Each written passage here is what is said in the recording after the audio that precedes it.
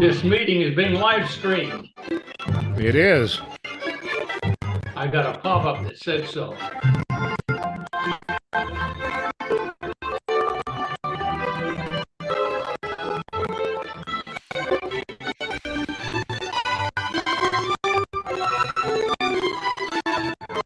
You know, he came in broken on a previous Zoom conference too. Who came in? SFR. SFR is a Speak Free Radio, and that is we're broadcasting over Speak Free Radio, and I don't know why it has to occupy an entire space here, but anyhow, this is Charles Lincoln. This is Charles Lincoln from New Orleans with Sam Dickson, the incomparable Sam Dickson from Atlanta, Georgia, and Ralph Brandt. You're from Tucson, right? Mesa, Arizona. Mesa. Okay. Mesa, Arizona. And we are rebooting the show yet once again. I've had one technical problem after another. I apologize for that. But anyhow, today is St. Nicholas Day. How many of you actually celebrate St. Nicholas Day? I wonder out there. This is the original day that gave rise to Santa Claus, and I hope everybody appreciates that. Without today, there never would have been Santa Claus. Last night is a holiday that probably even fewer people know about. Sam, what's your opinion of KRAMPUSNACHT? Well, I read your account of it. I've never heard of it before. You've never heard of KRAMPUSNACHT? Now, Ralph Brandt, you've got a Germanic name. Do you know what KRAMPUSNACHT is? I know Nacht means night, like Kristallnacht, but I don't know what Krampus is. Krampus is Santa Claus for bad kids. Is that where he leaves coals in the stocking? And worse. He's basically a devil Santa Claus that will severely punish and whip bad girls and boys. Well, he sounds like a Calvinist. Exactly. Yeah. He doesn't look much. We Calvinists don't think any children should get any toys or anything in their stockings, so they're all bad. Except that they're all predestined for. I don't understand how that all fits, but it's a strange religion, but it's very logical. Anyhow, tonight I'd like to talk about freedom of speech, and freedom of speech is a very curious topic in a way, because I hadn't really thought about it before. I was setting this up, but did you have a chance to look at the oldest anti freedom of speech law still on the books? I sent you all a copy of it. I read your little review, but I have to confess I didn't read it. I have read it before. I'm familiar with it. Well, tell us what you're familiar with. I mean, because it's called the Alien. It was originally called the Alien and Sedition Act. It's now called the Alien Enemy Act. It goes back to 1798, and it provoked the very first major constitutional crisis over in the Bill of Rights. Less than 10 years, as a matter of fact, only exactly 7 years after the Bill of Rights was enacted. The Bill of Rights is usually said to be dated to 1791, and in 1798 there were basically Anglophiles and there were Francophiles, and the Anglophiles were more heavily involved in the Federalist Party, and the Democrats were by and large pro-revolutionary Francophiles. And the Adams administration, the second president, John Adams, who had been vice president under George Washington, he supported this enactment of an Alien and Sedition Act, which is fascinating for how really relevant to modern aliens it is. I wish we had an active enforcement of the Alien and Sedition Act right now. And that thought struck me as even more bizarre than that this is a 25-year-old law against freedom of speech that's still on the books. And Sam, you're always talking about the difficulties of the American dream. And I wonder if this is a good place to start. Well, I think that the first place I'd start is what are the origins of the idea in the English-speaking world of the desirability of freedom of speech? My understanding is that the original idea in our Anglo-Saxon homeland was that the freedom of speech was needed by the king, and it was that members of parliament had the right of freedom of speech because the king needed to have his people able to tell him frankly what was going on in the country. It wasn't so much the idea that the people needed the freedom of speech against the king as the idea that the king himself needed to hear what the people had to say. And so that's an interesting starting point. It's a very interesting starting point because in English law, and up to a point, I see echoes of it in modern law.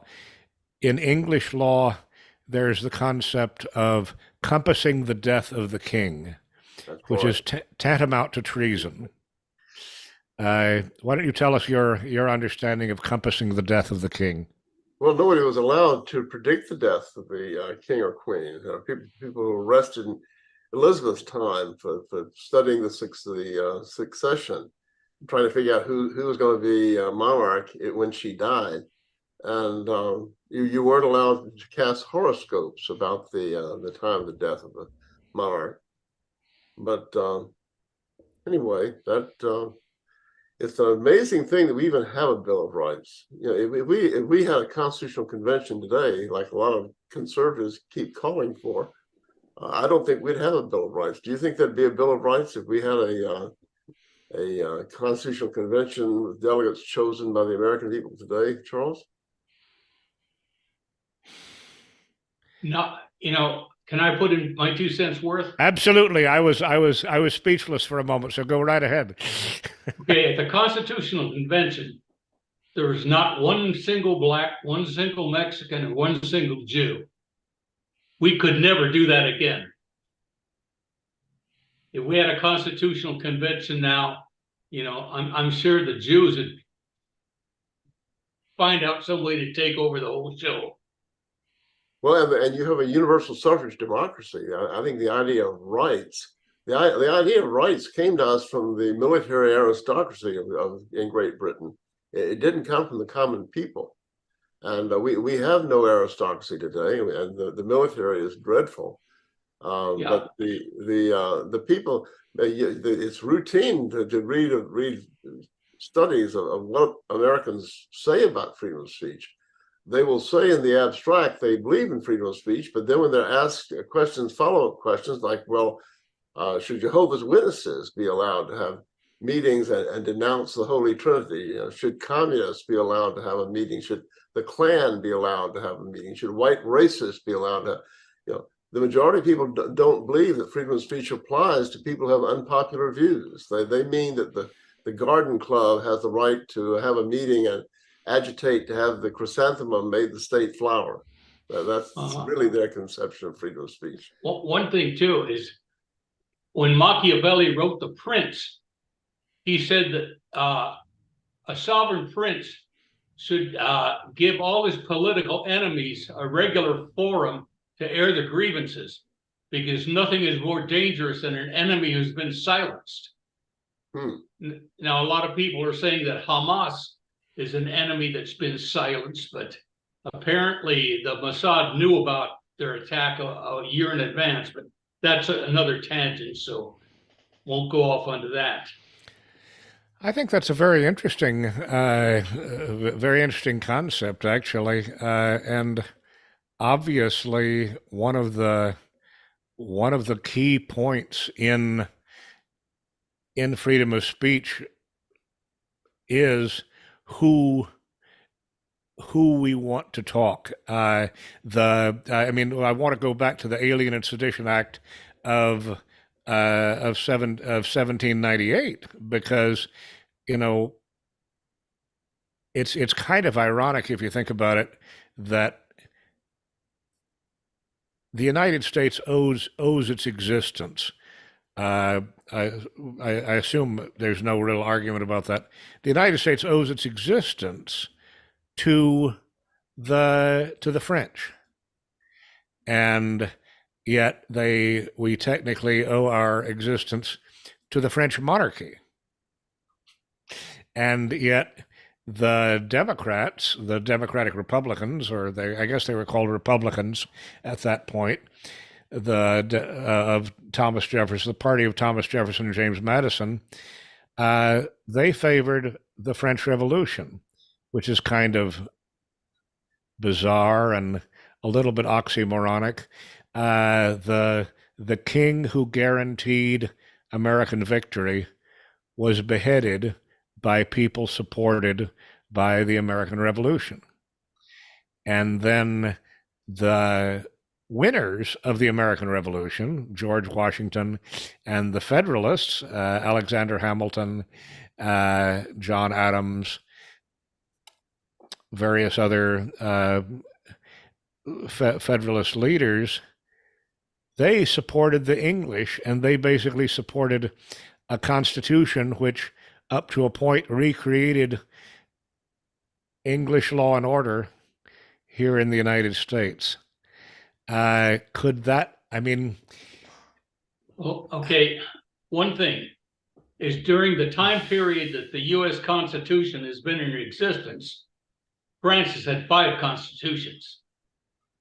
So one positive feature about the U.S. Constitution is that it was built to last. Now, Machiavelli also had a comment about that. He talked about the durability of the Roman Empire. And he said the Roman Empire owed its durability to a healthy tension that existed between the plebeians and the patricians.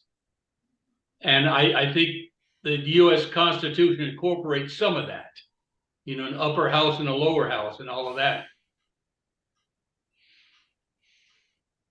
And plus an electoral college, which guards us from mobocracy.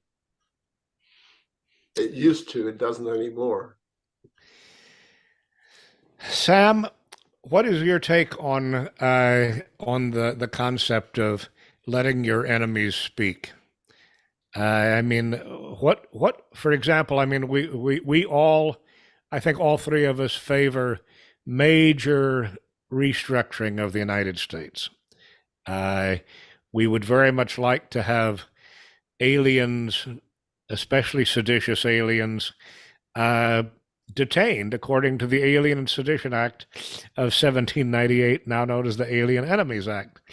We have arguably millions of alien enemies inside the United States today.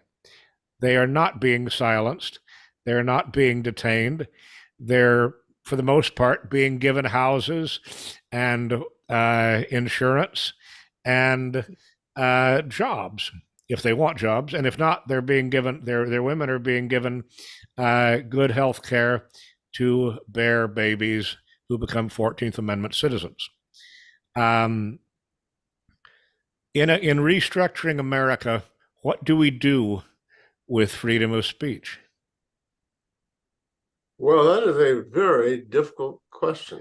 I used to be more of a libertarian than I am now. I think that we ought to think in terms of Marxist terms of the high, what do they call it, the heights of power, or the commanding heights of power. I think we need a society in which power rests with the people we want it to rest with. And going back to old England, when one dynasty lost to another dynasty, like at was it Bosworth? What was where did the Tudors? Bosworth Field. Yeah. When Richard III lost to Henry VII. Well, the first order of business was to take the titles away from the families that had supported the defeated dynasty and to give their estates over to newly ennobled people who had given significant help to the new dynasty. And that really makes good sense. If the problem with libertarianism, if you manage to elect a Congress of 435 Ron Pauls and 100 Ron Pauls in the Senate, but you left the media in the hands of people like Zuckerberg or the Cox family in Atlanta and people like that, the revolution would be very brief because the media would get these people out of office. So when we set up our new state, there has to be a massive expropriation of private property without compensation, which is prohibited in the Fifth Amendment. We have to shift this private power into the hands of our own people and take it away from aliens, especially who have an enormous share of it, people who can never really fit into our society. So, but the extent to which you would allow freedom of speech even then, I don't know. There was a surprising amount of freedom of speech allowed in Hitler's Germany. Are you aware of that? I am actually. It's a terrible irony, but I think that there was arguably more freedom of speech in the Third Reich than in whatever you call the occupation government that's been there ever since. Well, and you wouldn't go this far, but in some ways, it appears there's more freedom of speech than there was in the United States. You know, early in the government, the German government the new government adopted a mercy killing campaign that offended the principles of the Roman Catholic Church, and the Roman Catholics, who make up a tremendous minority in Germany, I think they're like 45% of the population, while the Lutherans are about 50 or 55%. But they vehemently opposed the mercy killing campaign. And they opposed it. The priests organized demonstrations. They had petitions. Several members of Hitler's cabinet resigned and said they could not be part of a government that allowed mercy killing of the hopelessly ill and insane. And the church backed the government down. The government had to abandon the project in the face of the popular resistance. The Roman Catholics had at that time, and may still have to this day, a newspaper that was published all over Germany, and it led the way in the fight against this policy. Well, that newspaper was never suppressed. It went on publishing condemnations of the Nazi Party ideology and of the government and the head of state throughout the entire Third Reich until it was faithfully delivered to the homes of the parishioners of the Catholic Church all over the country until early 1945, when the whole postal system broke down with the collapse of the country due to the invasion and the bombings. In America, Franklin Roosevelt made it illegal for Father Coughlin's magazine Social Justice to be mailed in the U.S. mails before New Year's Day, when the Japs attacked us on December 7th. So Roosevelt had no problem banning publications that opposed him in his war. And surprisingly, there was a degree of freedom of speech was allowed even in Germany. So I don't know the extent to which you could allow freedom of speech. Well, I guess it goes back to the historical question. Who in Roosevelt's, I'm not really familiar with the issue you're talking about in Roosevelt's administration. Did anyone oppose it? Did anyone file suit about it? Did anyone challenge it? I don't know. There are a lot of things Roosevelt did. What's the magazine called? It's called Social Justice. You know who Father Coughlin was. Yes, of course. Yeah, well, that was his publication, and it was banned. Oh, okay. The same thing was done in World War I. Woodrow Wilson made it illegal to mail things critical of the government. Tom Watson, who went on to be a U.S. Senator from Georgia, I was prosecuted because his magazine, called Watson's Magazine after himself, opposed the war and opposed the draft. And so Wilson had him arrested and imprisoned. And he imprisoned the socialist Debs, as you will know, for several years. He didn't get out of jail until after the presidential election in 1920, when he got about 5% of the vote. He got 2 million votes running on a socialist ticket. So we have quite a history of suppressing things in times of war. Lincoln shut down newspapers all over the North, as you will know. Oh yes, I mean that was a spectacular. I mean, and he did it without any pretext of law. That was what was really interesting about the Lincoln administration. He didn't ask Congress to cooperate for the most part. He just did it by dictatorial fiat. Yeah, there's war powers. In an undeclared war against one half of the nation, or I guess some might say a little over 40%. And Thomas Watson, and who was the other? That I don't know that story. And it's called Social Justice on Father Coughlin's. Father Coughlin had a magazine called Social Justice. I've got to look that up because I don't know that. I mean, one thing I'm going to do is I'm going to try to find out if there was any litigation about it. Of course, what's really interesting is that when the Alien and Sedition Acts were passed, there was no litigation whatsoever. Jefferson and Madison proposed a completely different solution, which is somewhat controversial these days.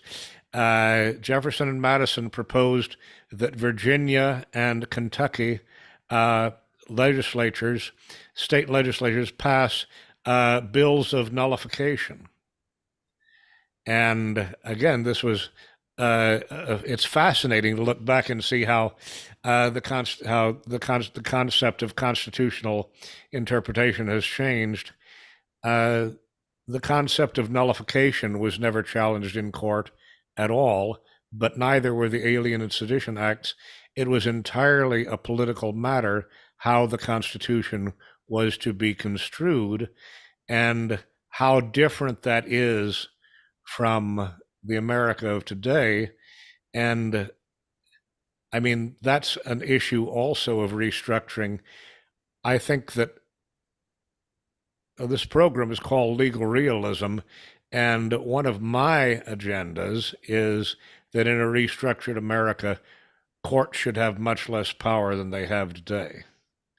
I mean, we currently have a court that has effectively nullified the written Constitution and enacted a completely different Constitution. Would you agree with that? Well, I have very little respect for the legal system, the court system. I think that it's mostly a fiction in any country, but it's certainly a fiction now. Here's a little thing. You have a lot of legal background, Charles. I had been a graduate of law school and passed the bar, and had been a lawyer for over 15 years before I found out that the federal courts have the right to issue decisions and to order that the decisions never be reported, and that they never be used as precedent in any other case, and that they apply solely to the defendant in front of them in that courtroom, in that case. Are you aware of that? Oh yes, I mean that's. It's just I don't think one American in 100. I don't think one lawyer in 20 is aware. I was shocked when I got a decision back from what the then Fifth Circuit Court of Appeals. Maybe it had already become the 11th Circuit. I think it had become the 11th Circuit, but it basically stripped my client of all kinds of black letter rights that he had in this outrageous prosecution by the state of Georgia. And then at the end of the decision, it said that the three judges ordered that the case not be reported, meaning that other lawyers would not see the case because it would not be officially published, and that it was never to be cited as precedent in any other courtroom. it applied solely to him when they upheld the power of the trial judge to quash his subpoenas and preventing him from subpoenaing evidence in violation of what had been fixed federal law since Mapp versus Ohio in 1940, that if you had any defendant in any criminal prosecution in which the court denied the right to subpoena evidence to the accused person, the conviction had to be overturned. They wind up holding the conviction because my client was a white racist and engaged in racist speech and racist activities. He also, by the way, was, in my opinion, totally innocent of the charges and had actually been attacked by a black mob. And then he was turned into the perpetrator, sort of along the lines of what we see now in places like Charlottesville. But the Stuart Kings could only have dreamed of a star court like what we've got in the federal judiciary. You know, we hear a lot about the Star Chamber, the obscurantists like you and me, Charles, that still read English history and still think past 1789 and 1776, back into the centuries from which we got all of the ideas that animate our country, which come from us racially and not theoretically, out of our racial history. But you know, the Stuart Kings are damned by a lot of people because they had the Star Chamber Court that didn't accord people their rights and made the law up to apply to the person in front of them. Well, the Stuart Kings could only have dreamed of having a thing like the federal judiciary now, which by statute has the power to make up a law and apply it only to that defendant and not to 300 million other American citizens. That's how bad the system is. That's how corrupt and slimy and contemptible this American system is. I see Ralph frowning. No, I was in this latest issue of The Economist. They had an article about the Fifth Circuit Court of Appeals, you know, the thing in Texas and Louisiana and Mississippi. And they said that they ripped out the Overton window and they replaced it with Overton French doors. That's interesting. What did they mean by that? I live just a few blocks from the Fifth Circuit. Well, it's first of all, The Economist is a leftist rag, and they don't like Trump. They don't like. I think they don't like the British National Party. They don't like anything pro-white. And the fifth, from what they say, the Fifth Circuit Court has a lot of judges that are Trump appointees. And I guess they're too conservative for The Economist's liking. And they you know, the Overton window shifts over time, and apparently it's not shifting fast enough for the Fifth Circuit Court's liking. So they're taking the law in their own hands, if you will. Well, I thought the Overton window could work either way. Can't it go right and left? Yeah. Like when back in the olden days, when I was in grade school, I don't know, you remember that guy Carol Chessman who was executed at San Quentin? I do not. Oh, he was a pervert, a child molester and stuff. And we all knew that Carol Chessman got executed, but none of us knew why. Nobody would talk about it. And nobody ever discussed, like when I was in grade school, nobody ever mentioned homosexuality or transvestite. We didn't even know the terms existed. No. You know, that was the Overton window back then. You didn't discuss that in polite company. And no, you definitely didn't. And it wasn't until I was on active duty in the military that I found out that homosexuals are called gay. Well, that was a fairly recent invention, wasn't it? I mean, gay, even in my childhood, meant that you were happy. You could go to a gay party, and a gay party was one where you danced with lots of really pretty girls. That was a gay party. And they had the gay 90s. Yeah, exactly. Have you ever heard a song called "On the Field of Monterey"? On the Field of Monterey. On the Field of Monterey. It was the most popular song that came out of the Mexican-American War, which is the only American war other than the Indian Wars that I approve of. I don't approve of any other American war. But anyway, there's a line in there about this boy who has died in the Battle of Monterey in Mexico, and the woman who is singing the song talks about how we were all gathered together on the village green. It's a New England song, surprisingly, because a lot of New England opposed the Mexican-American War, but they all gathered together on the village green, and they were all gay. Oh dear, we seem to have lost Ralph somehow. That's eerie. Yeah, can you hear me? Yes, I can hear you, but you vanished. It was a very frightening experience, actually, as if you had been nuked off the planet. His picture is gone. Yeah, I got a pop-up saying that my default mic changed. Well,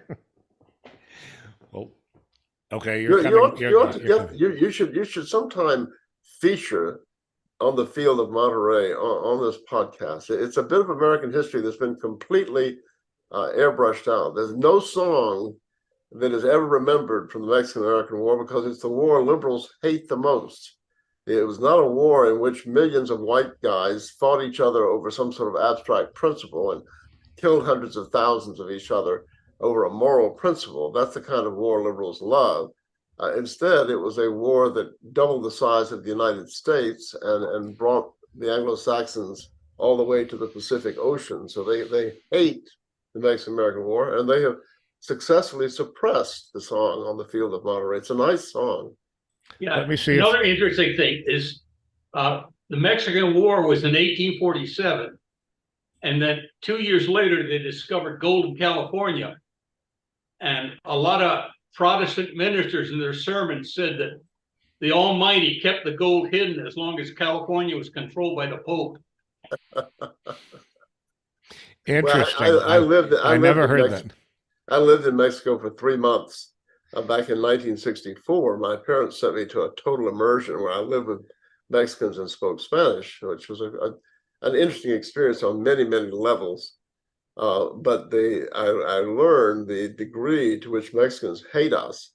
The more intelligent and better educated they are, the more they hate us. And I have in my possession one of the posters they had up on the wall of the university showing the American eagle attacking Mexico and stealing all the gold.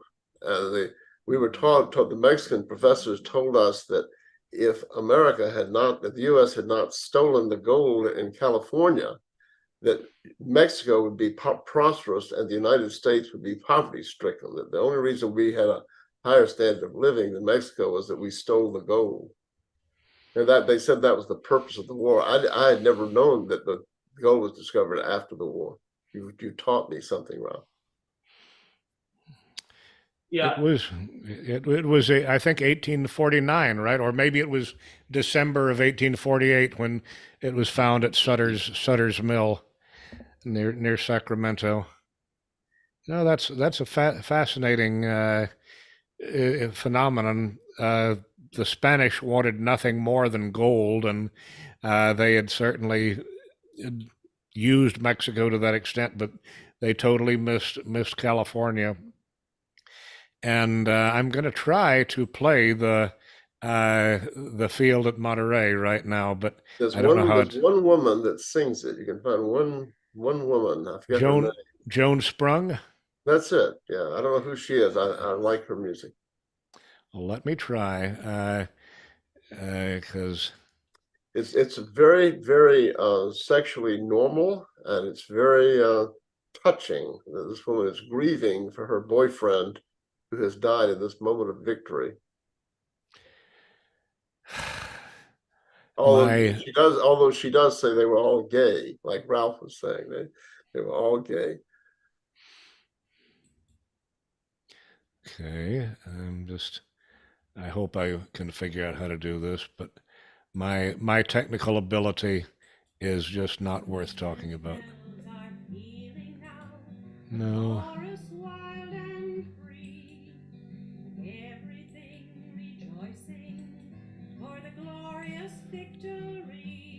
Can you hear it? Barely. Okay, let me I stop can it. barely hear. Because I wanted to share the screen, and I know it's possible to share the screen, and somehow I'm failing at this. Well, I love this because I've tried very hard to get racial dissidents, thought criminals like us, to revive this song and make it part of our lexicon, our repertory. Do you know anything about sharing screens on Zoom? Help! Allow Zoom to share your screen. Open system preferences. This is what drives me nuts, because we have the technology to do amazing things, and I lack the elementary knowledge of a gerbil to make it happen. It's more than that, Charles. A hamster? It's much more. I love to tease you about theological obscurities between. At the bottom, do you see like a bunch of icons on a bar on the bottom, like showing participants? Yeah, I'm hitting that one, but I what I'm failing is to connect them. It's you see one that says share screen? Yes, I do, and I'm clicking that, and it gives me allow Zoom to share your screen. I have to open system preferences, and I then open system preferences, and I get strangely nothing. Well, okay, no, here it is. But how do I click Zoom US? Oh, I have to click the lock to. Now I have to enter my password to make system changes. Let's see. Okay. Maybe that worked. Make it loud. Okay. Zoom will not be able to record the contents of your screen until it is quit. What? That's a message I'm getting. Zoom will not be able to record the contents of your screen until it is quit. And I don't know. Oh, this would shut off our podcast if I did that. So basically, okay, it's telling me that we will have to wait until next time. Oh, do you see the top where it says basic, advanced, and files? Top of what? The pop-up when you click share screen. Oh, okay. Hang on, let me try again. Oh, basic, advanced, yeah, files, apps. Click on advanced there, and it says portion of screen.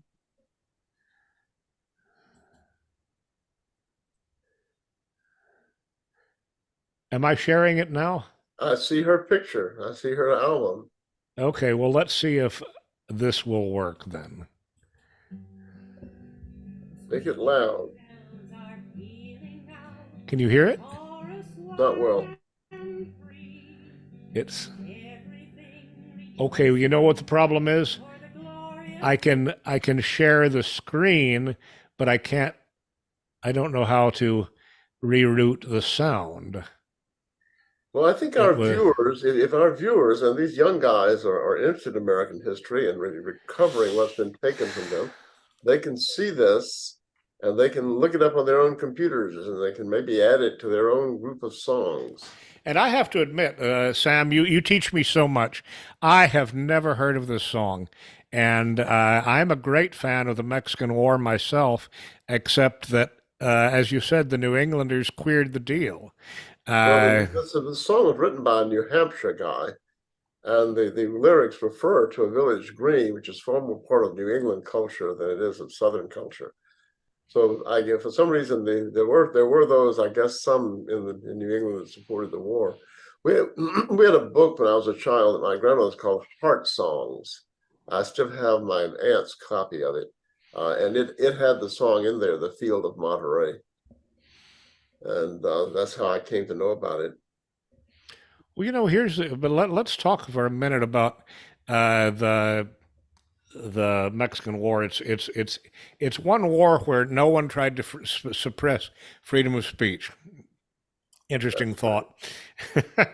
Nobody tried to suppress freedom of speech, and the New England, I forget which senator it was from Massachusetts, who gave an impassioned speech about would a Mexican peasant not ask the passing troops, "Have you not room enough to bury your dead?" And he was speaking obviously against the war, but where did you live in Mexico? Saltillo. It's in Okay. northern Mexico, a few hundred miles from the American border. Saltillo, I believe, used to be the capital of Texas. Did you know that? No, I did not know that. I think I'm trying to think of the name of the province in Mexico. Coahuila. Coahuila, yes, that's right. Coahuila. There used to be a province called Coahuila y Texas, and Saltillo was the capital of it. And there was as Mexican cities go, it's not a bad city. Everything in Mexico back then, I imagine today was pretty bad. But there was a Battle of Saltillo during the Mexican War also. The Americans took it, yeah. And we didn't just take Saltillo and Monterrey, we took Mexico City. And we had to land troops at Veracruz. We couldn't drive across the country. We landed troops at Veracruz in the Caribbean, close to the capital, and advanced on Mexico City from the shore. The Europeans predicted that Mexico would defeat America. It was not the public world opinion was that the Mexican army was better than the American army. It's only in retrospect that it's been changed into an act of bullying by the superior white people against the pitiful brown people, which is an odd way that champions of racial equality have of looking at things. Ralph, you wanted to speak, and then I wanted to talk about Santa Anna, but go ahead. Okay, well, you ever heard any jokes about the Mexican War? No. Why did General Santa Anna only bring 5,000 troops with him to the Alamo? I'll ask why. He only had 10 trucks. Well, I'll ask you. Since you live in our Southwest, I'll ask you a question. Only a small minority of people are able to answer this. I'll ask you, and I'll ask Charles. What was the battle cry of the Texans at the Battle of San Jacinto when the Texans finally defeated Mexico and got their independence? What was their battle cry? It was "Remember the Alamo." Charles? Remember the Alamo and Goliad. Oh, you are a smart boy. Remember the Alamo and the Goliad Quarter. And the reason that there's a town in Texas I went to one time with my parents and an aunt of mine called Goliad, and it had surrendered on terms to the Mexicans before the Mexicans pressed further north to up near Houston, where the Battle of San Jacinto took place. And after the Anglo-Saxons laid down their arms, the Mexicans massacred them and killed them all.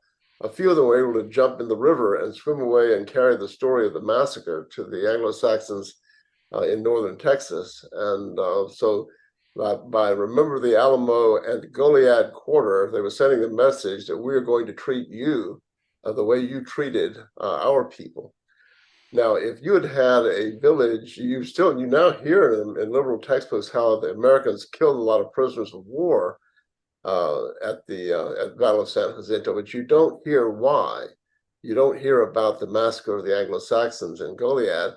And if we had done anything like that, you'd hear about it all the time. There'd be There'd be stamps issued. You'd hear about it on the Cinco de Mayo. But the two of you and our listeners, they know how this works, how our enemies work this. Goliad, twice as many people died at Goliad than died at the Alamo. Mhm. It was nearly 400, 186 at the Alamo, nearly 400 at Goliad. Colonel James Fannin was the commander there, and it was just an astounding treachery that they took these people into custody, and then shot them. And I have a strange personal connection to the descendants of Fannin. One of his descendants is a lawyer practicing in Austin, Texas, to whom I went when I first was attacked in my own political travails, and he looked me straight in the eye and told me, look, you've got an amazing case. I wish I could help you, but I'm married to Judge so and so's daughter, and anything I do for you would destroy my career. I really wish your name were Adolf Hitler, because Hitler is much more popular in Texas than you are right now. Well, Fannin was from Georgia. Mm-hmm. Fannin was a Georgian who went and volunteered to help the Mexicans. And he also was unusual in that he was an intellectual, and he was an intellectual racist. I think he had read Gobineau if it was around, but he had a very intellectual kind of grasp of race, and he was a Nordicist. He not only believed in white racialism in general, he also was a Nordicist. Fannin County in Georgia is named for him, which now has, unfortunately, a substantial Mexican illegal population. And as time goes on, once they get through destroying all the Confederate monuments and renaming things that were named for Confederates, they're obviously going to have to rename Fannin County. Wow. Speaking of, surprising racists, Ralph mentioned Santa Anna. One of the ironies of the Mexican War is that Santa Anna was, in fact, I don't know if he was a scientific racist, but he was definitely a racist. He believed that the problems of Mexico were entirely due to excessive miscegenation with the Indian population, and he was against it. Mexico had a large white population back then. It was almost half genuinely white. And now it's the whites are a tiny minority in Mexico. It was just we were dealing with it. We've gotten off the subject of freedom of speech. We're delving into the obscure corners of American history. I'll ask you both again. I know you wicked thing, Charles, will have the answer and spoil my fun, but I may have a little fun at Ralph's expense. Do you know about the San Patricio Brigade? No, I'm not familiar with that. Charles? No, I don't. Actually, go ahead. The Mexican War is the only war in which there was a significant mutiny by the American Army. A significant portion of the American Army mutinied and went over and joined the Mexicans and fought with the Mexicans against their own troops, their former fellow soldiers. And these were Irish soldiers who mutinied to go over and fight with their Roman Catholic brothers against the Anglo-Saxons because of all their resentments that they had brought with them from Ireland. When the Americans took Mexico City, they had captured some of these people, and as the American flag, the federal flag, was raised over Chapultepec, they hanged 12 of them facing the flag. It's an embarrassment. I once had a very close Irish American friend of mine who thanked me for not mentioning this story in a talk I gave. He said it was something that as an Irishman he found so unpleasant he couldn't stand to hear it discussed, mentioned. But that also has been airbrushed out of history. Oh, well, I mean, history is complex. It's because I know an Irish story relating to the Mexican War too, but it's very different. before and during the Mexican War, the state of Yucatan, which was where I spent most of my time in Mexico, the state of Yucatan was first in alliance with the Republic of Texas before the war. And then Yucatan had seceded from Mexico also and formed a short-lived republic. And they actually created a navy together across the Gulf of Mexico. But the governor of Yucatan at that time was Justo Sierra O'Reilly. And Justo Sierra O'Reilly went to the United States and begged to be annexed to the United States. And the idiots in the United States declined. I mean, it was smart. It was smart. We get the term poinsettia from the American ambassador to Mexico, Poinsett. Right. And Poinsett very wisely urged the American government to limit the annexations from Mexico. He said there were a lot of proposals to just annex huge additional provinces of Mexico, and he said that the United States will annex those provinces and it will explode because it would be so. I totally disagree with Mr. Poinsett on that point. I think that we would have basically it would have ended up like Louisiana and New Mexico.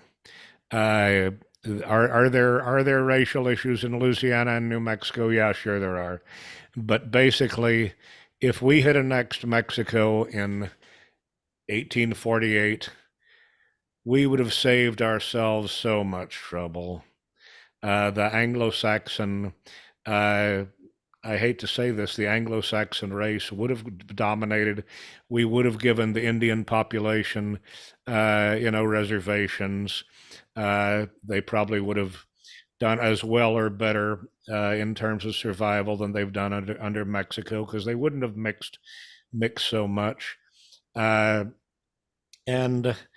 basically, I think Mexico would have been a beautiful addition to the United States, and it would not have had the horrendous relationship that we now have of basically being the dumping ground for all Mexico's undesirables. And that's the reality of the modern alien and sedition problem. Going back to the topic I wanted us to focus on. The Mexican government is very wise. They are exporting their problem population to America the way Fidel Castro did with the Marielitos. Fidel Castro emptied the jails and insane asylums and sent the Marielitos to and if Florida when Jimmy Carter was president. They were unloading these waterheads and drooling idiots, each one of which I'm told costs $250,000 a year for the taxpayers to keep them up in institutions. It's just it's very strange. I mean, because in Mexico, I mean, there's a certain reality of the Mexicans who come to the United States. And yet, if you've spent time in Mexico, and I've spent a lot of time in Mexico, the Mexicans who live in the United States are not recognizable as typical Mexicans at all. They are, they really do have sent us the dregs, by and large. I mean, there's some people who've done very well, of course, but by and large, all the gang members and the drug dealers and MS-13 people, those are not typical Mexicans at all. And in a way, Mexico may be trying to upgrade its own population at the expense of ours. There is an interesting movement. I assume it's still there. I don't know, but there was a Mexican movement called I think it's called Replica. And they had a magazine, and they were along our lines of thinking. They were quite a strong movement, and So there were these Mexicans that understood things. But getting back to your thing about freedom of speech in the Mexican-American War, Abraham Lincoln's career came to a 12-year end because of his impassioned support of Mexicans against the United States. He had just been elected to Congress, and he became one of the most vociferous champions of the Mexicans against the Americans. And he was defeated for re-election. He was never able to get back into office until he became president in 1860. He lost every election after that, including the 1858 election to Stephen Douglas, where we got the famous Lincoln-Douglas debates. But freedom of speech now in Ukraine and Russia, and that's another thing that the Americans are always lied to about our wars. We're always told by our misrulers, by the Liz Cheneys and Daddy Dick Cheney and the military-industrial complex that make these obscene profits off of the slaughter of our soldiers and the bombing and slaughter of foreign peoples. We don't hear, of course, we don't hear the truth from things like National Public Radio and MSNBC and Anderson Cooper. But in Putin's Russia, the opposition parties sit in the Duma, in their parliament. In Kiev and Ukraine, the opposition parties have been put into the jails by Zelensky. They don't sit in parliament. But we're told that we're fighting for democracy and supporting Ukraine. I was in Russia for a month in 2018. Would have been interesting if you'd been there in 1918. Yeah, it would have been quite a feat. I was there to commemorate what had happened in 1918 when the royal family were murdered in Yekaterinburg. I went to the big open-air mass that the patriarch held at the scene of the murder, which was a very moving event. 125,000 people from all over Russia came with icons and pictures of the Tsar and marched on a pilgrimage, walked on a pilgrimage from the murder site to where the bodies were found after the communists fell. But all over Russia, people would come, when they found out that I was an American and I spoke their language, people would want to talk to me. In the restaurants, they would come and ask if they could sit at my table. And I was happy to have them. And they would, about 40% of them would tell you they were opposed to Putin and supported other parties. And they did this. They weren't looking nervously over their shoulder to see if the waiter was hearing them, like we have to do when we discuss issues like Gaza or race in America. And I found that people in Russia seem to be quite free to criticize Putin. I doubt that's the case in Ukraine. But we're always told this nonsense. We're fighting for freedom and for democracy. We even ask each other questions in this thing, but I like to ask liberal true believers who actually believe the government and believe the invisible government, the news media, little things like, if America believes in democracy and you're informed about democracy, did you hear about the elections that got canceled in Belgium? And you may know that the wrong party won the elections in Belgium about 15 years ago or so. And so the Supreme Court canceled the elections, and this party was disbanded as being a party of Nazi collaborationists, which is all very interesting because none of their elected officials were alive at the end of the war. They managed, sort of like my going back in 1918 and traveling, these Belgian guys who'd been elected in the elections were able to go back and collaborate with the Nazis before they were even a gleam in Daddy's eye, and were born or conceived. But anyway, the US government, of course, made no protest about that. And then you had the arrest of 1/6 of the members of Greece's parliament, the parliament in Greece, on a preposterous pretext beyond the silly insurrection joke that's being perpetrated in DC. They were arrested as part of a criminal conspiracy because someone who voted for them got in a fight with somebody else and killed him. And so all the members of parliament from that party were declared to be involved somehow in the fight. And, you're talking about the Golden Dawn just about 10 years ago. Yeah. Now they're trying to ban the Alternative for Germany, because they're winning elections in Germany and they don't have the right ideas on things like immigration. So, then you have Syria, where the United States and its ally Saudi Arabia have been arming the Free Syrian Army so that we can bring democracy to Syria. Everybody knows the firm commitment of Saudi Arabia to democracy and how they dedicate. How can the American people be this dumb? I know that's the question to you too. How can we belong to a group of gullible fools like the American people? How has this happened? I tend to think that it has something to do. I mean, I tend to think it has something to do with canceling Latin in high school myself. You want a simple answer? That's my answer. We stopped learning history, and if you stop learning history, you have no context for the present. That's the serious side of that answer. If you learn enough history to learn, if you care enough about history to learn Latin, you're going to learn a lot of history. It's inevitable. And to be a historical illiterate is the beginning of being incompetent in your present.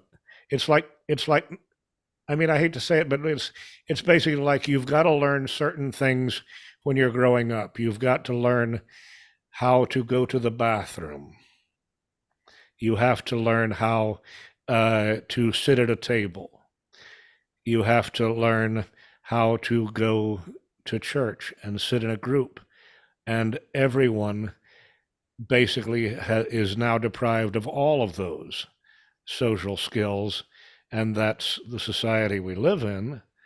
And losing history, a competent understanding of history from the educational system, is exactly analogous to leaving those elements out of child rearing, in my opinion. I wouldn't agree completely with you on that. I think there are other causes that are probably greater, but I think you put your finger on a very important one. If I like self-help books. I've read a number of self-help books that were very, very helpful to me. But one of the things that I don't like about them is that they emphasize the power of now. The present, the past is a canceled check. The future is a promissory note. The present is cash, like they like to say, or gold. But the fact of it is that if you live only in the present, you're like an amnesiac. An amnesiac lives only in the present, and so he's lost all memory of the past. And you can't vote or function thoughtfully as a member of the community if you have no knowledge of history. And Americans have been deprived of that. That what they get as history now is just some slogans and platitudes that leftists have put in their brains. So, well, what other than the lack of history, what would you blame for the dumbing down of the American population? Well, this won't sound good, and I remind people I am an American. I'm not sneering at Americans. I am an American. I'm talking about problems of my own people as a member of that people. But I think that it began, as I said before, the minute the first shoe was put on the shore at Jamestown, that we are a population of people who were willing to leave the villages and towns in Europe where their families had lived for centuries and centuries and go somewhere else, largely for economic purposes or even for religious purposes. My grandmother used to brag that she was a half French Huguenot, that we came here for reasons of conscience and not just to get a higher living standard like at Ellis Island. But the fact is the French Huguenots couldn't get along with their Roman Catholic neighbors. It was more important to them that there were 2 sacraments instead of 7 than to live with people that they had grown up with. And so I think we have a very weak sense of community in America. We're by nature a country of loners. And I think that plays a big role. And I think, of course, also television has been just absolutely devastating to our society. way beyond most of it, not just to content. Maybe it's a hangover from the Calvinist dislike of Shakespeare and his plays. He tried to shut Shakespeare down, as you know, and came very close to preventing his plays from being written.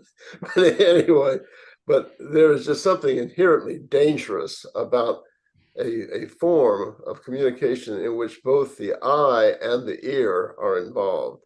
I think it stifles thinking. If you read Gone with the Wind, you have to conceive your own idea of what Scarlett O'Hara looked like. But if you watch the movie, you don't have to think at all. She's right there. She's Vivian Leigh. And I think it induces a very passive brain. And most of it, I think the average person in America, maybe not now with computers, but 30 years ago, I was reading that the average American spent 5.5 hours a day in front of a television screen. That's really horrible. Yeah. Also, I read this in David Duke's book, My Awakening. Margaret Mitchell, who is the author of Gone with the Wind, said that the Reconstruction South was a dangerous place for white women. And you don't really get that from the movie.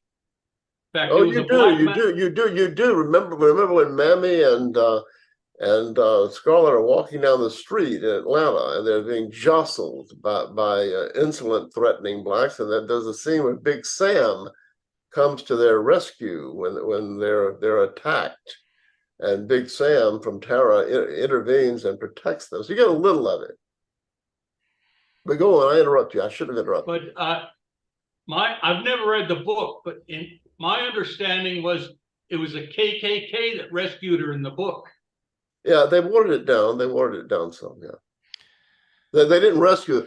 They cleared out the encampments, sort of like what you see now in here in Atlanta and elsewhere. You have these encampments, kind of the homeless, the blacks that had been set free but didn't have anything, and were drifting around. So they go and they clear that encampment out in order to prevent this from happening again. But there was tremendous pressure not to create a second Birth of a Nation in Gone with the Wind. They were trying very hard to avoid that result, because the modern Klan was basically born from Birth of a Nation. Well, one thing that people didn't pick up on was that the book is an anti-Southern book. The movie and Margaret Mitchell herself commented on that the movie is very pro-Southern, and they didn't realize that she wrote her book essentially as an anti-Southern book. The only sympathetic people in the book are Uncle Peter and more, and to a greater extent, Mammy. Mammy is now ridiculed, but Mammy is a person of whom any race would be proud. Mammy was an honest woman. Mammy was a wise woman. Mammy was a good woman, a brave woman, a woman of character. And she's the only person like that in the movie, in the book, and to some extent in the movie. But look, we need to get back on freedom of speech. That's an important. That we need to get out of the past and into the present. I'm sorry, I'm to blame for all these wanderings around the Mexican-American War and Gone with the Wind and all of this. Well, where do you want to resume freedom of speech? Because I think that the most interesting thing you've told me is about Thomas Watson in World War I and social justice in World War II. But one interesting thing is the degree to which law has become such a way of life in the United States. I mean, it seems like in neither World War I nor in World War II was litigation the first goal of people whose rights were suppressed. I mean, if there were suppressions of rights, I guess it was only in the 1920s that the Holmes Court, the Holmes Cardozo Court, started recognizing civil rights suits in federal court. There really hadn't been any before. And that's true. People believe that Holmes was always a First Amendment advocate, but he wasn't. He came to that later in the 1920s. And in the war, the court upheld these sweeping violations of American freedom, and they did it again in World War II. There was litigation. You remember Frankfurter, as an atheist, basically communist of Jewish extraction, he pressed, I think he wrote the decision that it was okay for the American government to force the children of Jehovah's Witnesses to say the pledge to the flag. Yep. Interesting. Felix Frankfurter. You said that you have evidence that he was actually a Bolshevik agent? Well, I read that. I said you dare not mention the provenance of it, but back around 1960, the government declassified some documents, and someone found one in there. It was a report by J.E. Hoover, already working with what became the FBI, about Soviet penetration of America. And they said that it said in this report that Felix Frankfurter of Harvard University ran one of the 12 depots for Soviet propaganda that was printed in the Soviet Union and sent to America. And from these depots, the propaganda was disseminated very quickly. This just didn't get much attention, and you're both old guys like me, and you will know how before the internet, things like this could be suppressed, and you had to read obscure publications to learn about things like this. Maybe 10,000 people would read something like this, but anyway, to the extent the system had to make an answer, they denied the existence of this document, and they produced a new document that had the same number on it, that was a report by the Department of Agriculture on some sort of specialized issue in agriculture.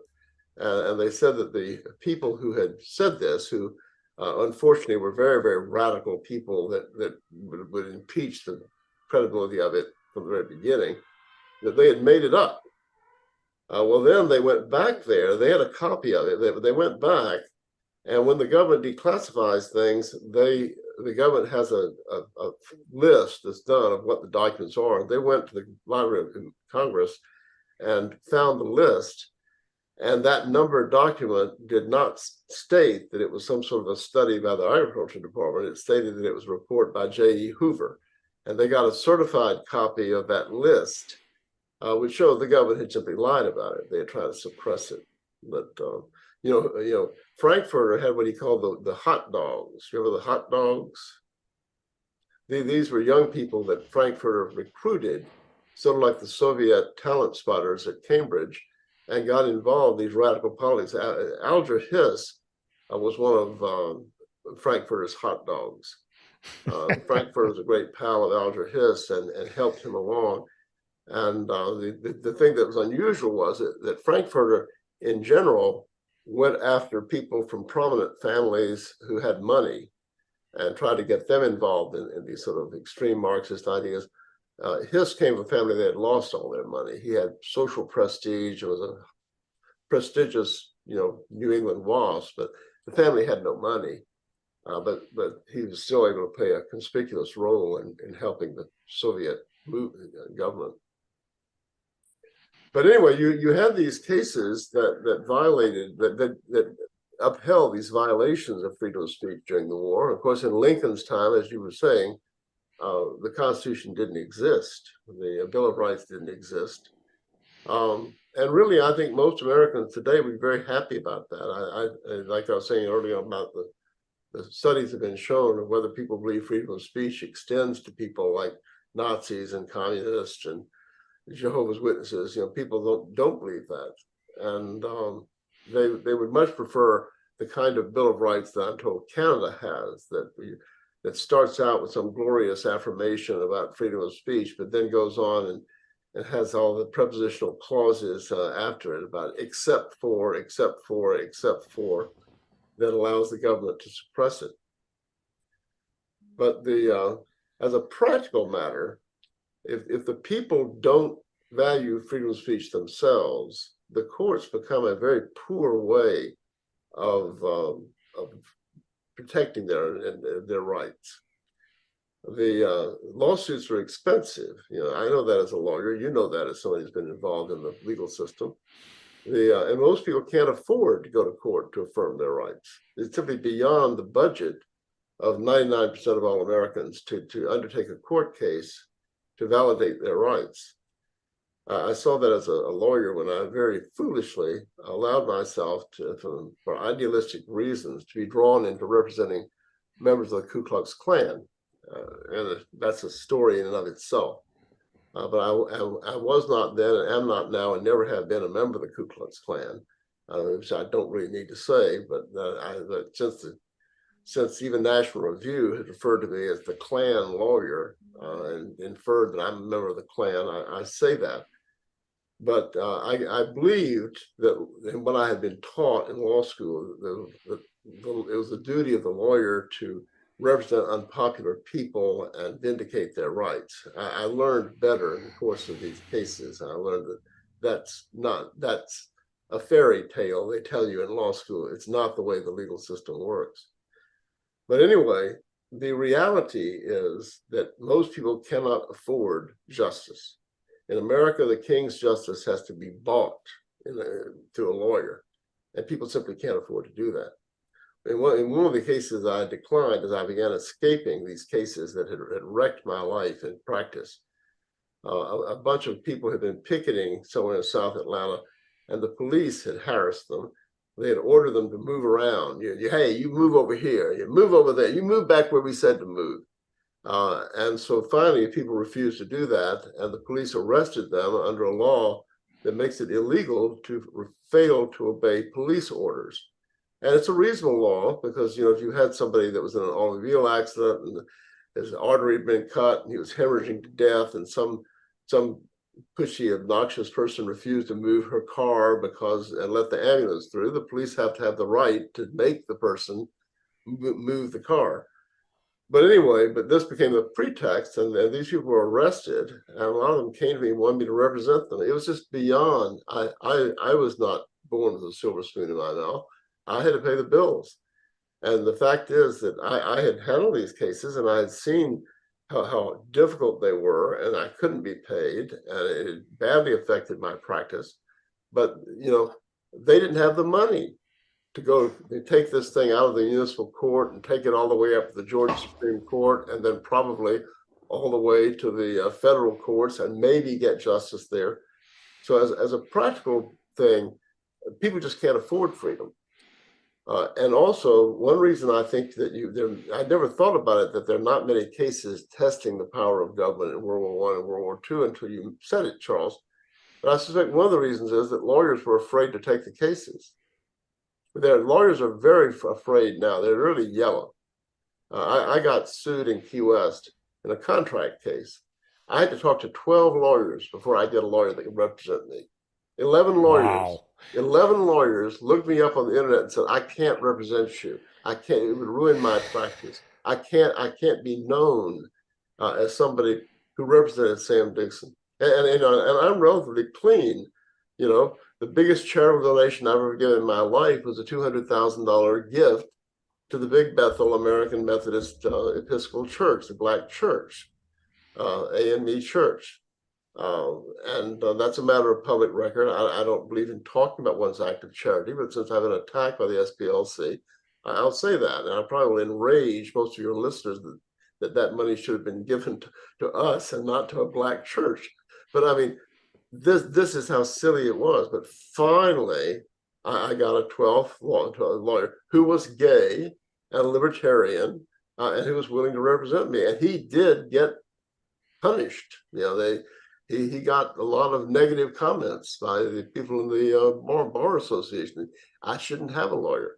So I can imagine World War II with the kind of fake patriotism that the system had ginned up and fanned. It would have been very difficult for a lawyer to represent people. And same in World War II, the World War I, they would probably burn your house down. Literally. It's but what's the solution now?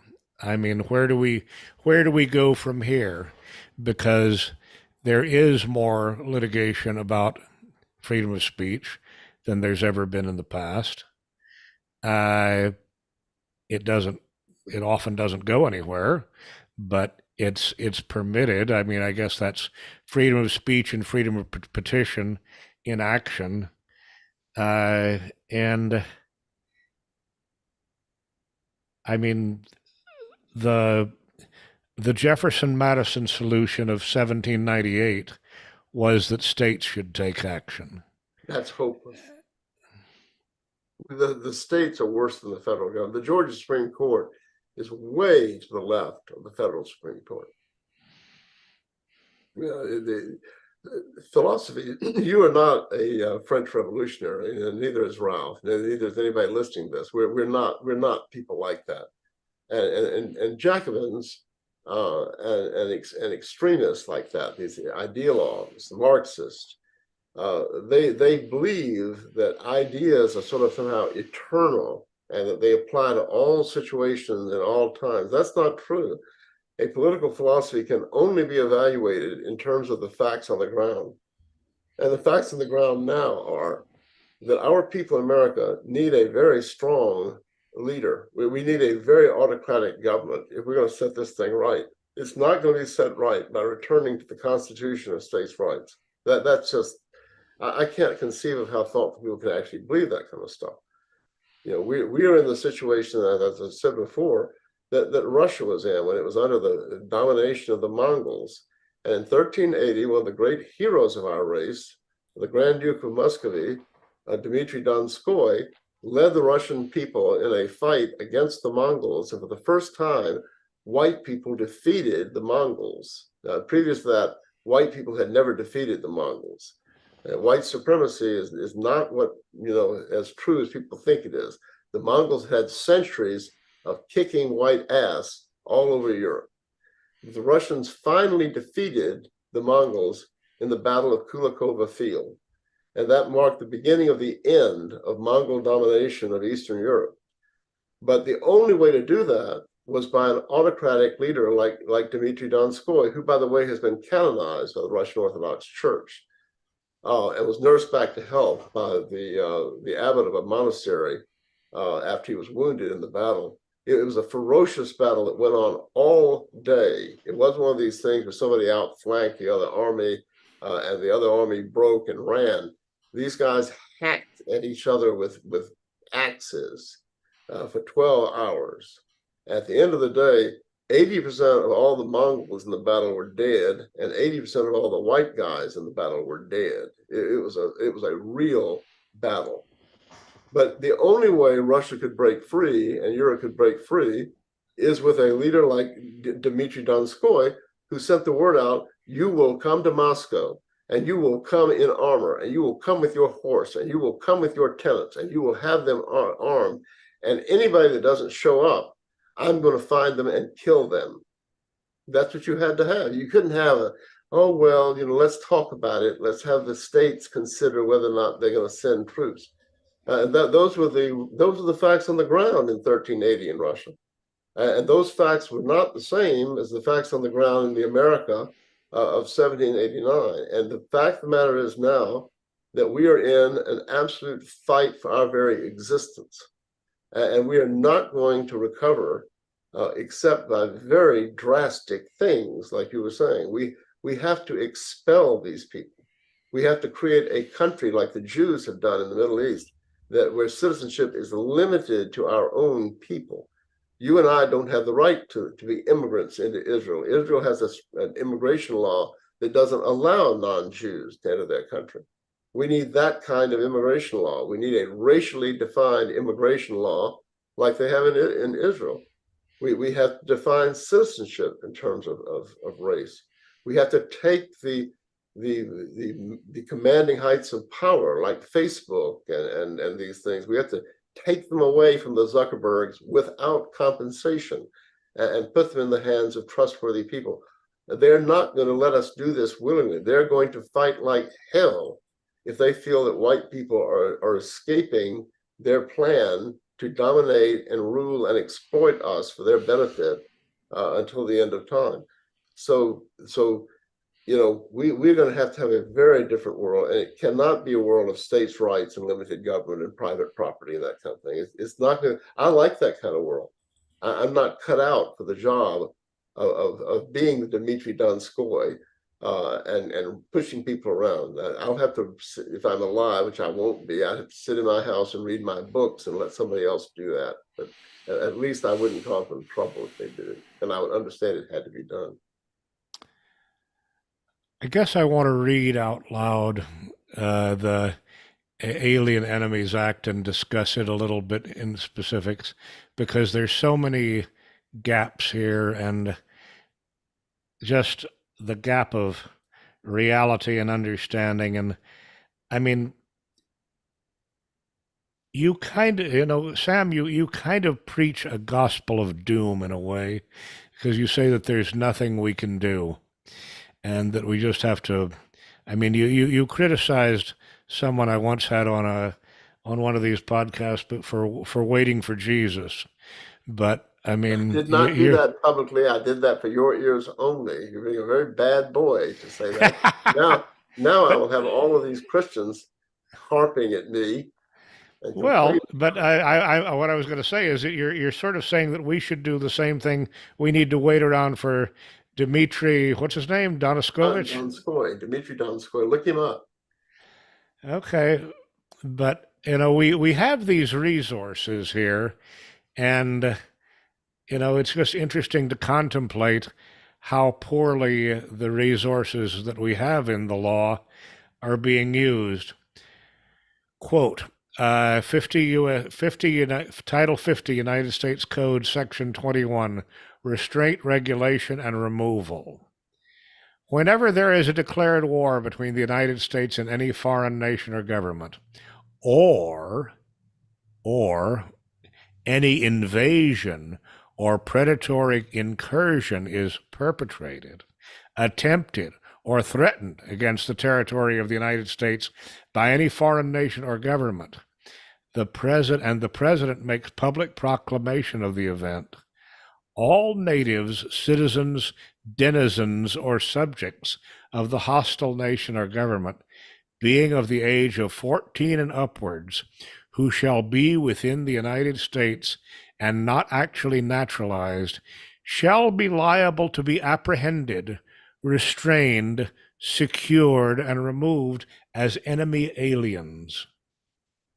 The President is authorized in any such event by his proclamation thereof or any other public act to direct the conduct to be observed on the part of the United States towards the aliens who become so liable, the manner and degree of the restraint to which they shall be subject, and in what cases, and upon what security their residence shall be permitted, and to provide for the removal of those who, not being permitted to reside within the United States, refuse or neglect to depart therefrom, and to establish any other regulations which are found necessary in the premises for the public safety.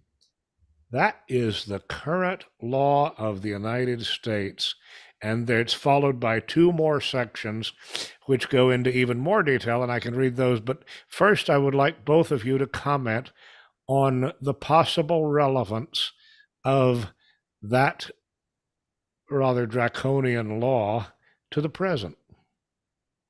Well, isn't it being applied against Donald Trump right now?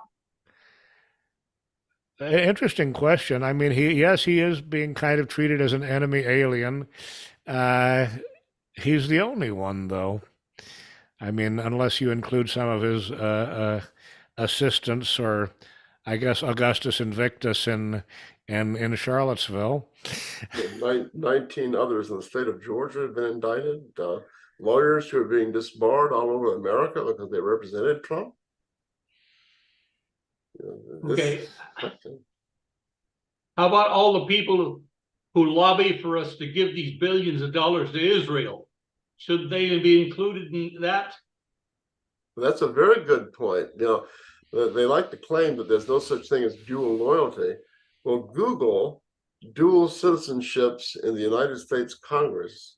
And if you do, you'll find out there's an impressive number of members of the House of Representatives of the U.S. Senate who are simultaneously citizens of Israel and of the United States. Now, that would seem to me to be, by definition, dual loyalty. They claim to be citizens of both countries, and they have loyalty to both countries. And if those countries' interests come into conflict, they're going to have a prioritization of which one they're loyal to. And I have a very strong idea of what the prioritization would be. But yeah, that's a very good point. But the original text was dealing with not with Trump and people like that, but the aliens. And yes, it could be used, except for the unfortunate thing about the anyone who hadn't been naturalized or under the age of 14. And we need a repatriation of these people, regardless of naturalization and regardless of age. Well, naturalization took a couple of really bad turns, one in 1965 and another in 1986. And it's been straight downhill ever since 1986. And I mean, I guess one possible solution would be to reverse all naturalizations and declare them invalid if they took place after 1986, for instance. You can do anything under American law. I mean, Abraham Lincoln certainly showed the way. It's quite a contrast between our ancestors in England dealing with James II and his royal fiat granting toleration not only to Roman Catholics but to Calvinists, which provoked his overthrow and the Glorious Revolution. There, people recognized that if the king can grant religious toleration by royal edict without having to go to Parliament, the king can take religious toleration away by royal edict, as the king's cousin Louis XIV in France had done when he revoked the Edict of Nantes and revoked all toleration from the French Protestants. In America, Lincoln said that by signing this little paper on his desk, he could grant citizenship and freedom to all the slaves in the South. Well, if that's the law, you can sign another piece of paper, the Enslavement Proclamation, enslaving everybody. Well, why just stop at blacks? Why not just say that everybody is a slave because the president says so? And so American history shows that there are tremendous weapons available to us from a legal point of view. And you know, you have to see, I'm not a prophet of doom, Charles. I quite the contrary. I think that eventually we will win, and I think that it's in the cards that the best people will rise to the top eventually, and that this government, which is pursuing these insane policies, will destroy itself. So I'm actually optimistic. It's just that I'm appalled at how many brilliant people, brilliant Southerners I know, that talk about going back to states' rights and back to the Constitution, and back to a lot of them talk about going back to America of the 1950s. You know, that no, you can't have the same system with a different demographic. You know, the demographics determine everything. And we have to solve the demographic problem first and foremost. That is the number one problem we have to solve. Ralph, how would it ever happen? You and I are both members of a board of an organization called the American Freedom Party, which has at least 3 times as many members as there are people on this podcast. And I'm just wondering, how would the policies of the American Freedom Party, with a membership at least 3 times the number of people on this podcast, ever take power in the modern world? Well, we tried to merge with the National Justice Party and their incompatibilities there. That would have increased our membership to at least 20 times the number of people on this podcast. Well,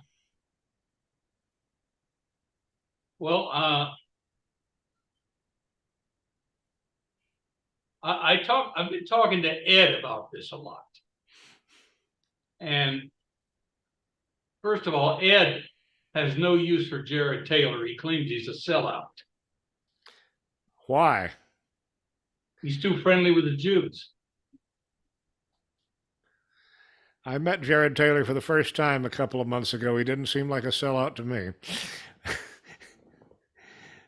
It's interesting, though. I will admit, I've been to some of his conventions, and he is solid, totally solid on the black-white issue. I'll give him that much. But you know, Sam's always a keynote speaker at Jared's conventions, and he never lets David Duke speak. And I guess there was some kind of run-in with a guy a few years back. I don't know much about that. Sam, do you know anything about that? Well, a good bit. And, you know, we don't want to accentuate movement divisions in our talk. But I'll say in general, I think that Jared is very wise in confining himself to the race issue. You know, our people in our movement are very poor at many practical things. And you can have only one eccentricity in life. If you develop two eccentricities, you have no credibility. You can be a vegan. You can be a person for the ethical treatment of animals. You can be somebody that believes that that flying saucers landed at Roswell, New Mexico. You can believe that Obama didn't have a real birth certificate that's showing he was born in America. You can believe that 9/11 was all an inside job.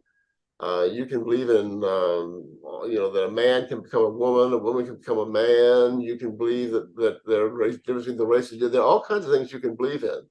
And if you confine yourself to one of these, about 20 to 30% of the people, are, according to psychiatrists, are willing to give you a hearing. But when you become somebody who wants to give a talk in the same talk, the same group, to focus on Jews and blacks and little green men at Roswell and things like this, then people just write you off as a crank. The communists were very good about that with their front groups. Their front groups focused solely on one issue. You know, they weren't required to endorse all issues. They would just focus on the black issue or the disarmament issue or things like that. So I'm Jared's friend. He's one of my greatest friends, and I've supported him in the very beginning, and I honestly will still do so. As for David is also a friend of mine. But it wouldn't add anything to AMREN, and it wouldn't help David, in my opinion, for David to speak there. And they did have this incident in which David got up and was pressured, I think it was Guillaume Fay, and was demanding that Fay talk about the Jewish role in opening the gates in Europe and Constantinople and in Spain to Islamic invaders, which is historically true. But it was a disruptive thing, and it was not helpful. So it's just, you know, I don't know, our young friends, people talk about purity spirals, and so that's a mistake, but I don't know. In general, I think that our audience is beyond groups like the Justice Party, National Justice Party, and the Freedom Party, and American Renaissance, and that sort of thing. We're aiming at our whole race, and there I think that the picture is very bright. There's just vastly more awareness today than there was when I was a teenager. When I was a teenager, almost nobody knew what was going on. Yeah, I noticed Marjorie Taylor Greene has been talking about a divorce. That I thought that was kind of interesting that she'd actually bring that up. That's an example of the Overton window shifting.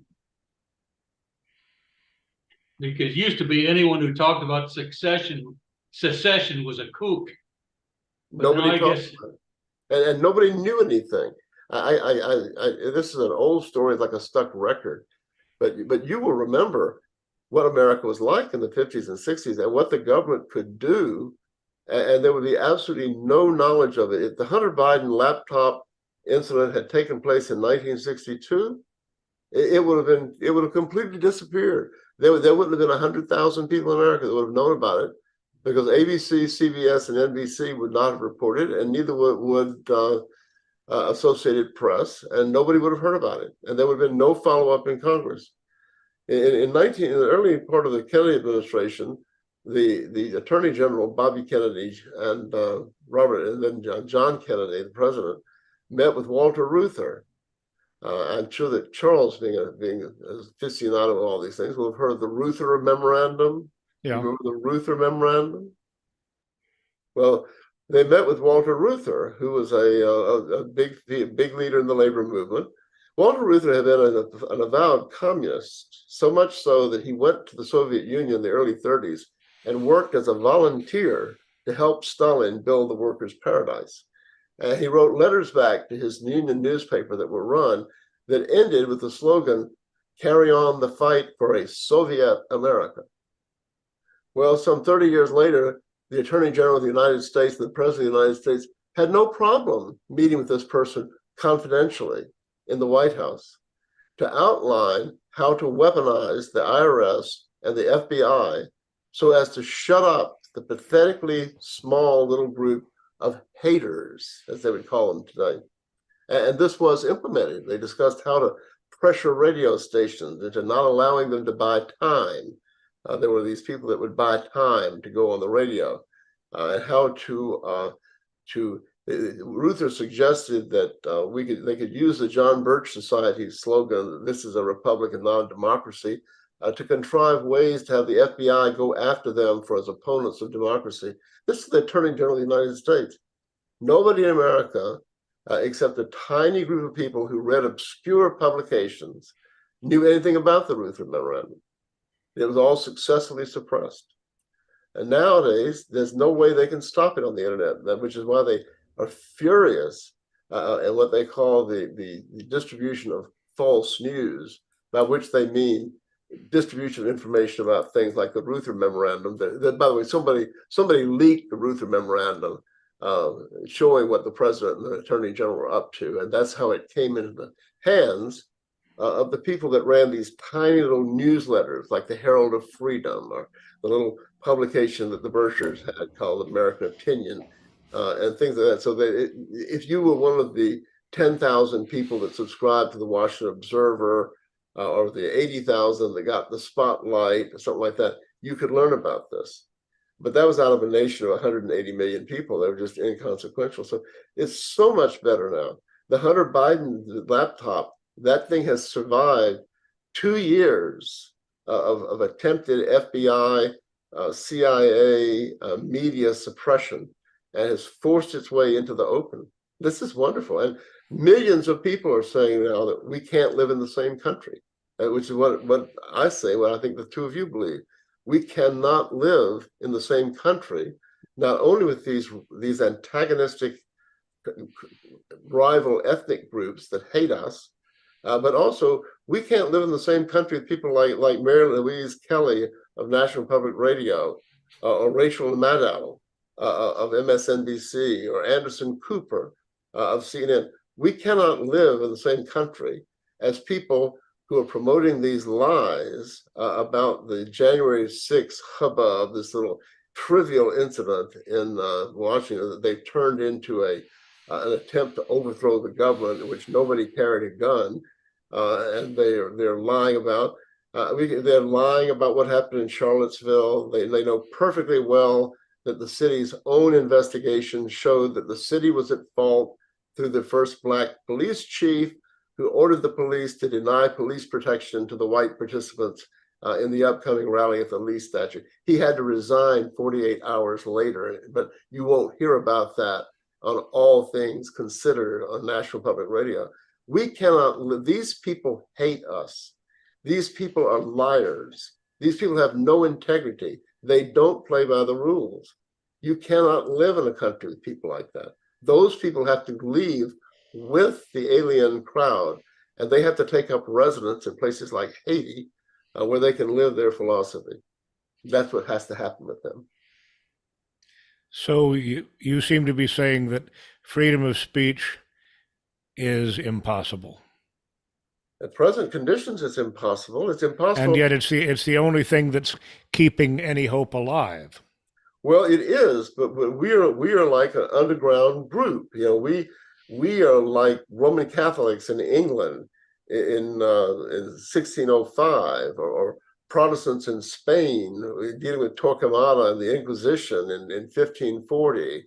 You know, that's where we are. So we want speech for ourselves, but there is no freedom of speech for us, as there was no freedom of speech for the Roman Catholics in England or the Protestants in Spain. So we have to adapt to reality. The reality of it is that there is no hope for us in law. There's no hope for us in the courts. I've been in the courts. I've seen what the courts are doing. You have too. You have to believe in fairy tales to think that you can go and get justice in an American court. If you're an enemy of the system, if somebody, a thought criminal who denies the principles of equality, and all men are created equal, and every race is the same, pygmies are the same as Swedes, and things like all that men can get castrated and become women, and women can have their breasts cut out and become men. All this goofiness. If you oppose the system on anything that matters to them, you're not going to get justice in a courtroom. Now, I've been there. I've seen it.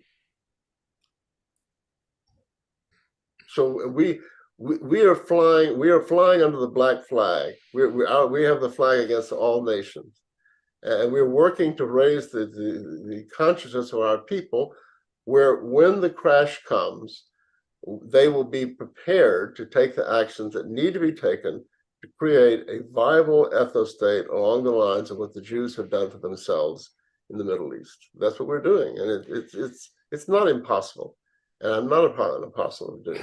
It's close to impossible because going back to last week, we were talking about how Israel, under no circumstances, is a genuinely independent nation. I mean, Israel was created by the United Nations. Who gave the orders to the United Nations? I don't think the United Nations wanted to do that. I think the people that held the power told the United Nations what to do. I think Israel is maybe the most sovereign nation on earth. They have power over governments all over the globe. Yeah, but how long would they last without our aid? Well, that's a point, but you know, but they're not going to have to give it up. You know, Americans are going to go on. The MAGA crowd is just as even more supportive of Israeli aggression than the Bidens and the others. Americans just have to learn from bitter experience. You know, a lot of these people, these evangelical Christians that have been Zionized, or the MAGA people, they're all excited. I get their stuff on the internet about the bombings in Gaza. I hope they enjoy the fireworks show, because we're getting hated more and more by those people in Gaza. They see this, they know we're doing this, they hate our guts. We're hated all over the world. Americans don't understand that. Well, we've got a little taste on 9/11. There are going to be a whole lot more 9/11s coming down the pipe in the future. So I hope they like the fireworks show, because they're going to have a lot of fireworks shows here in America. So, but you know, the old English proverb, experience keeps a hard school, but fools will learn in no other.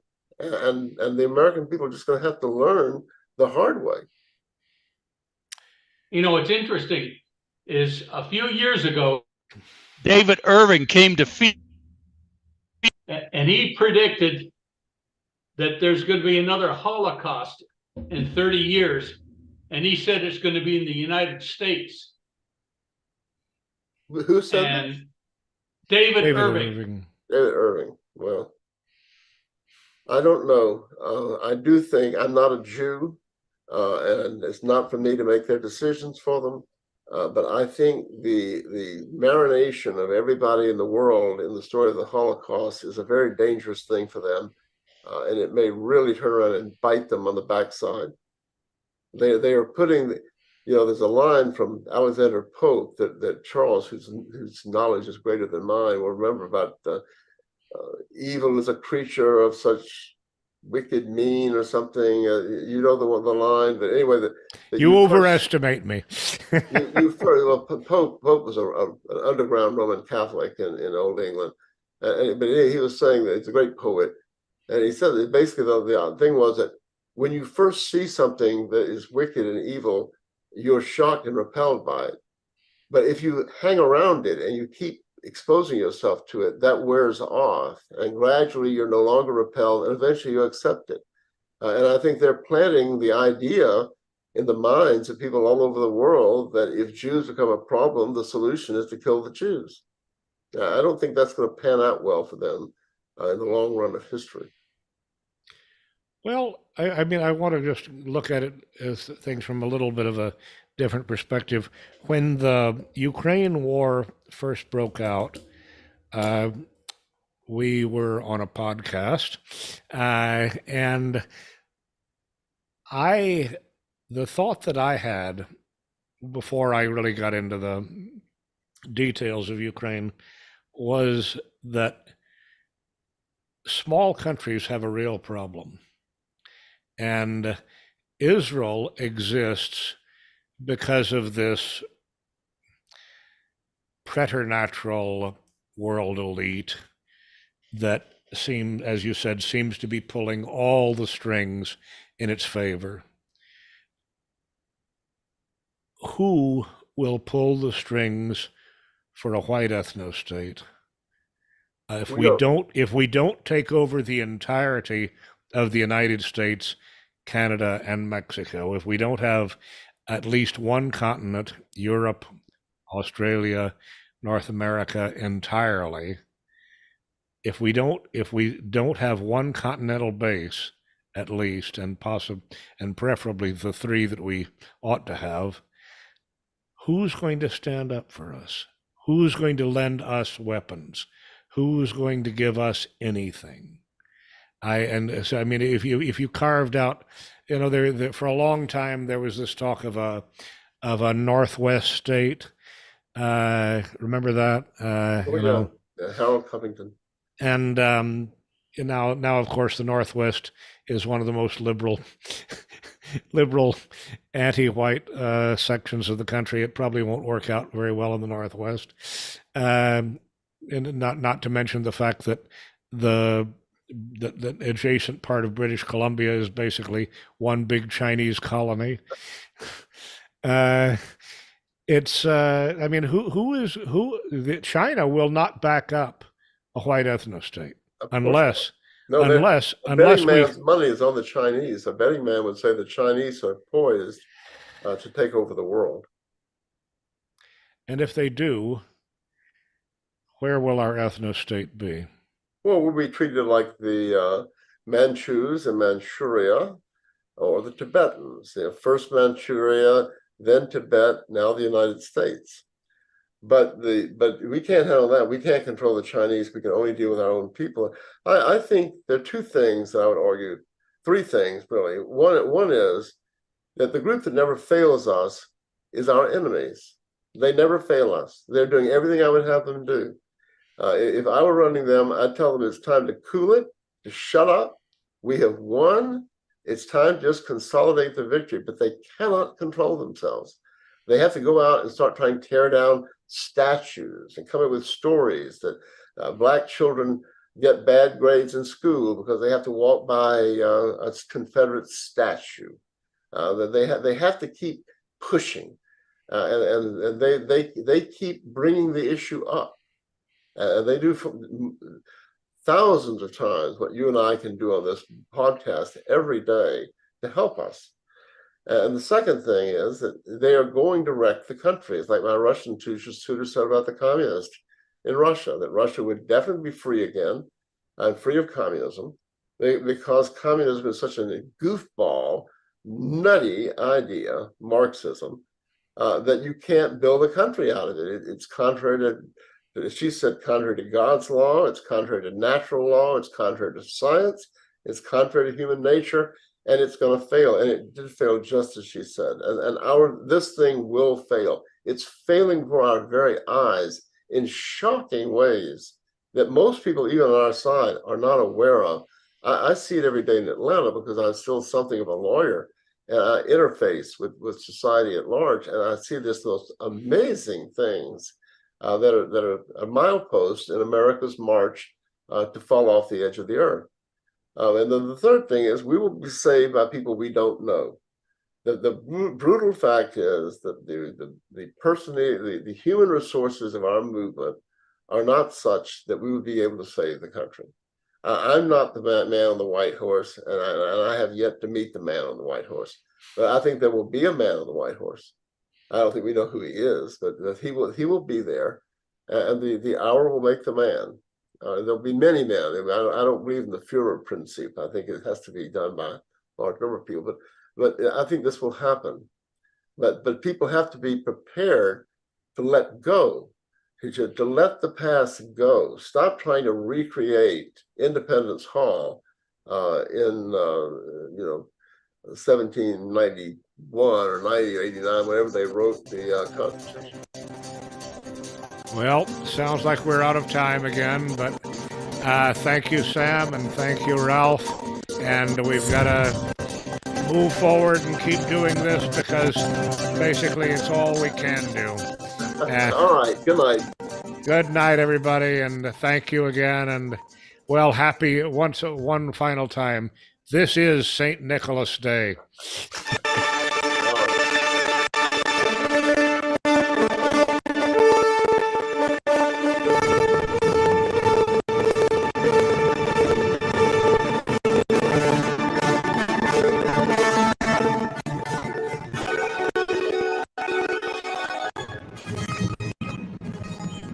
Like the Flying Dutchman, I go off into the sunset. Hier steht ich, Treue zum Tod.